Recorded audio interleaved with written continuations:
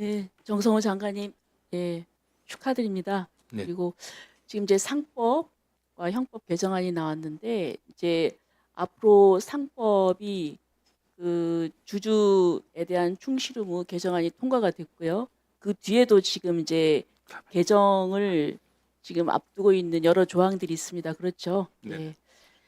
그래서 지금 그동안 이제 대주주들이 그 전횡을 해서 소액주주한테 손해를 끼쳐가지고 이제 이런 부분에 대해서 이걸 바로 잡아야 되고 주식시장 거래가 투명하고 정상화되는 이제 그런 목표를 가지고 해 나가야 되는데 또한 이제 한편 당사자는 기업들이잖아요. 그래서 저는 이 개정안을 그 검토를 할 때 이렇게 한쪽 다른 쪽 당사자인 이 기업들도 그 같이 토론을 한다든지 그래서 법무부에서 좀 그런 노력을 좀 해주셨으면 하는 부탁을 좀 드리고 싶습니다. 예, 기업 쪽의 의견을 저희도 듣고서 또 법안 심사 과정에서 또 저희들이 말씀드리겠습니다. 네. 예, 아주 장관님은 굉장히 합리적인 분으로 알고 계셔서 이런 부분을 원만하게 잘 정리를 하실 거라고 생각을 합니다.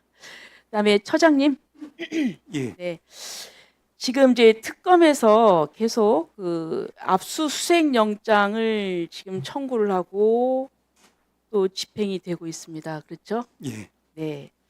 그런데 지금 저희들이 특검에서 이 압수수색 영장 예, 이거를 발부가 되는 걸 보면은 특검도 특검이지만 법원에서 이거를 그냥 신청하면은 그냥 바로 내주는 말하자면 뭐 자판기 같다는 이런 생각이 들어요.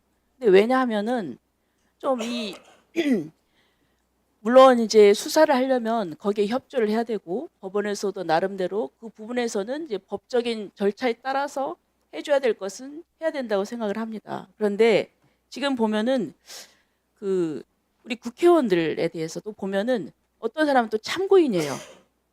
참고이면 그리고 또 본인이 그냥 임무 제출하겠다 그런 의사를 분명히 할 수도 있는데 그런 것도 없이 계속 그 국회 사무실까지 와가지고 의원회관까지 와가지고요. 이런 게 한두 건이 아닙니다. 임종득 의원 그랬죠. 그다음에 또 이철규 의원도 그랬죠. 좀 망신주기 아닌가 이런 생각이 들고요. 그리고 또 그 과정에서 그 뭐 뭘 압수수색하는지 소득도 별로 없어요. 그러니까 이게 뭐냐면은 수단이 적합해야 되고 또 침해가 최소화되고 법익이 균형이 있어야 되거든요.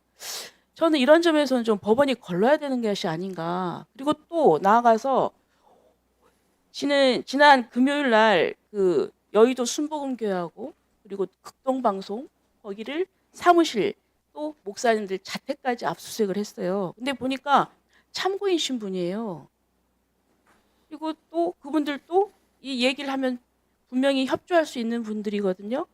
그래서 지금 오늘 보니까 이 한교총에서 성명이 나왔어요.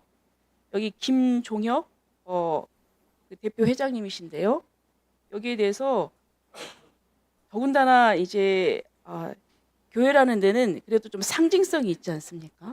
이런 부분에서 좀 그건 신중했어야 되는 게 아닌가. 특히 법원에서 이 앞으로 압수수색 영장을 발부를 할 때 물론 수사를 해야 됩니다. 뭐 하시지 말라는 게 아니라 이 최소한의 뭔가 좀 이 요건이 있고 좀 걸러야 되는데 그냥 그 신청하는 대로 그냥 바로바로 발부해 주시는 게 아닌가 이런 생각이 듭니다. 그렇게 되면은 오히려 이 압수수색 영장의 무게만 떨어지는 거예요.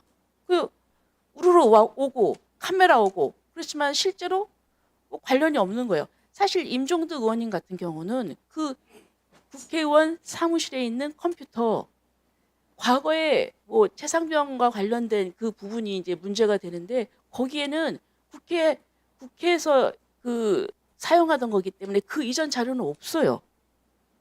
그 상당성이 없는 거죠. 그런 부분에 있어서 영장 발부가 너무 신중하지가 않고 그냥 기계적으로 하는 게 아닌가 그런 생각이 듭니다. 그거는 법원의 권위에도 문제가 있다고 생각을 합니다.